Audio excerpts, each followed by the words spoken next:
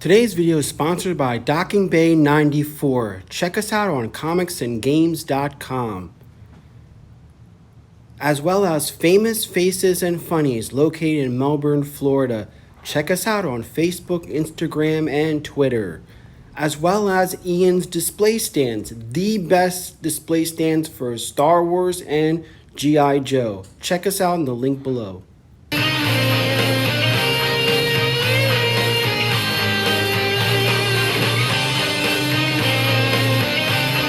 Welcome to another exciting episode of Codename New 202. Hi, I'm your presenter, Shabu Are You? And today we're going to look at Starwars BlackSeries, Luke Skywalker, number 2 in this Empire Strikes Back subline. Now, my favorite version of Luke is actually the Bespin, or what I called it when I was a kid, Jedi Training Luke. This is my number 1 favorite version of Luke Skywalker, but this is actually my second favorite because there are transitions that Luke Skywalker goes through. Farm Boy makes way for Rebel Fighter, and Rebel Fighter transitions into Jedi Knight. And I think that's why this one is my second favorite, because it's symbolic of that next stage in evolution for the character.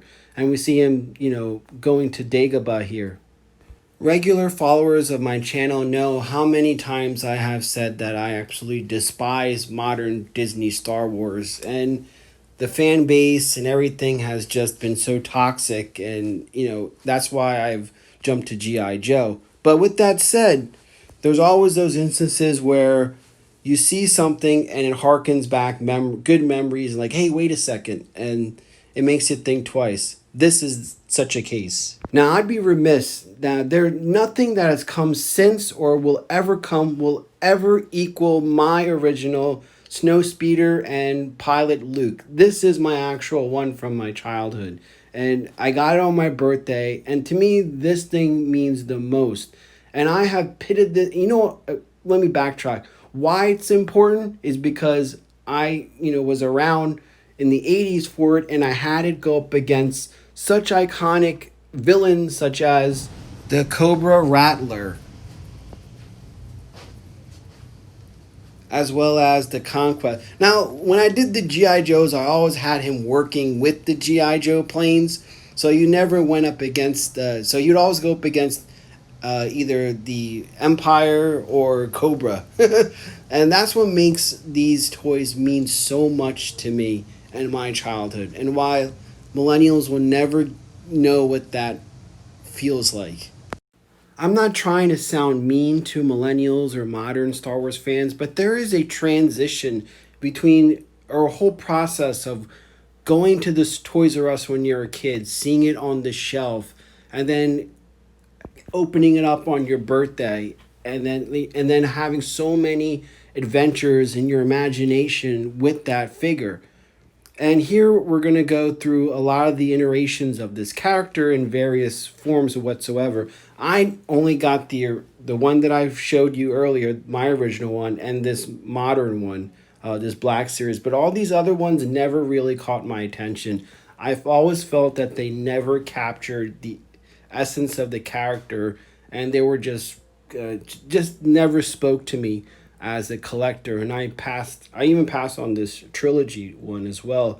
But towards the end, we all know that these BlackSeries, which were shit in the very beginning, have gotten a lot better with their face sculpts.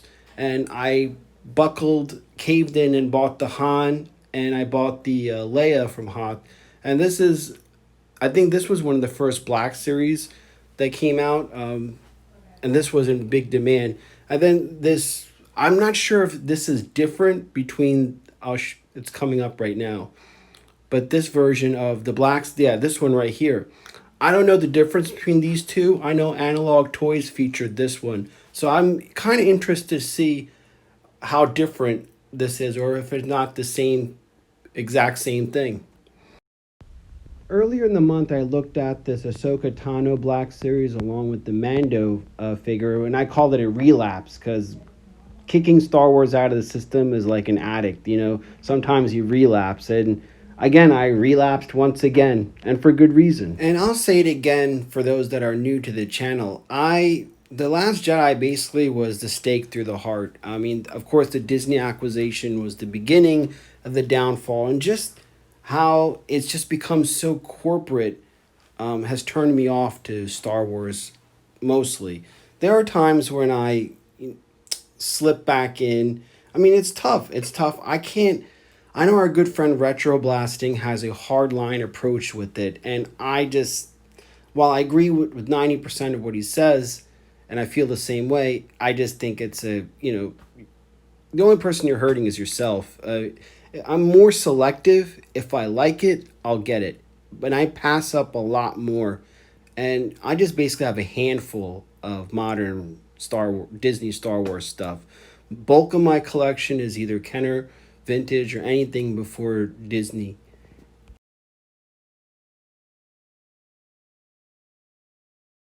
I guess the point I'm trying to say is to each their own. There's no right or wrong way to do anything. Life is as difficult as it is, so what the hell? All right, so I kept you guys in suspense long enough. Let's do the unboxing of this figure. And the funny thing is, I've seen this on the shelf for the last 2 months at Walmart, and I kept on not picking it up. And then finally, it went on clearance for like 17 bucks. I'm like, okay, I'll get it now. I mean, but when it was originally 19 or 20 bucks, I kept on picking up and looking at it. I was like, man, this is really good. And again, I'm showing you the different, I showed with the Ahsoka Tano, and this is basically like the original Black Series box, but the one I have is in that rare 3/4 inch scale, but you can imagine that a little bit bigger. So here we go with the unboxing of Luke Skywalker SnowSpeeder number 2 in the Empire Series Black Series. So if you're new to the channel, I'm sponsored and I highly recommend Ian's display stands for Star Wars Black Series, G.I. Joe Classifieds, Marvel Legends. They are the best figure stands, whether you're retro or modern figure collector. And again, here I'm showing the boxes, and to those Star Wars fans that may not be familiar with the G.I. Joe Classified, this is the rare Cobra Island Target exclusive. And I like the box art, I think it's kind of like a photorealistic finish, and it has that blue background to it. It really pops, and the artwork is really wonderful and captivating. So now everything is unboxed. Right off the bat, he has his lightsaber, which is actually, the blade is actually detachable. But the big miss is his blaster. The blaster isn't included in this. And I know when Analog Toys reviewed the Empire Strike Back 40th anniversary one, it included a blaster. So that's a big, big miss on Hasbro's part for not including that with this figure. I don't know why, but I think it's ridiculous that it's not included. But, twirling the figure around, the artwork and the detail is wonderfully done. And, here he has the lightsaber open. Think about the scene when he, brings down the AT-AT. But again, the detail in this is such a major improvement from all the earlier Black Series, and I like the fact that you could attach it to his belt, and have it, have it there dangling on his belt clip. That's a wonderful feature to have. Now, taking off the helmet is a pain in the ass, and I just did it because I wanted to focus in on the face sculpt. And again, I've noticed the face sculpt improvement last year in 2019 with Han and Leia that I showed earlier. Major improvement on that. And that's when I actually stopped, because I kept on walking past Black Series. I was like, this is ridiculous. But I actually stopped and whoa, that looks like Harrison Ford and Carrie Fisher. And you see the helmet is a little bit, it's easier to put on than it is taking it off.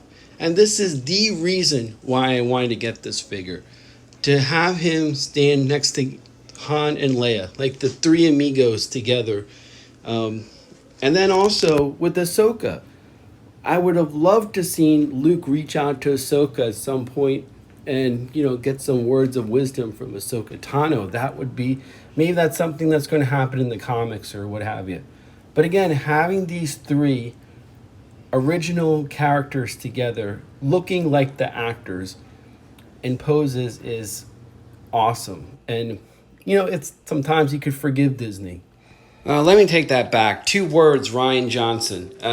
Anyway, that's my review of this figure. Again, please like, share, and subscribe. And remember, I also do G.I. Joe comic recaps, and that's what I'm mostly known for. So this is Shabu RU, signing off.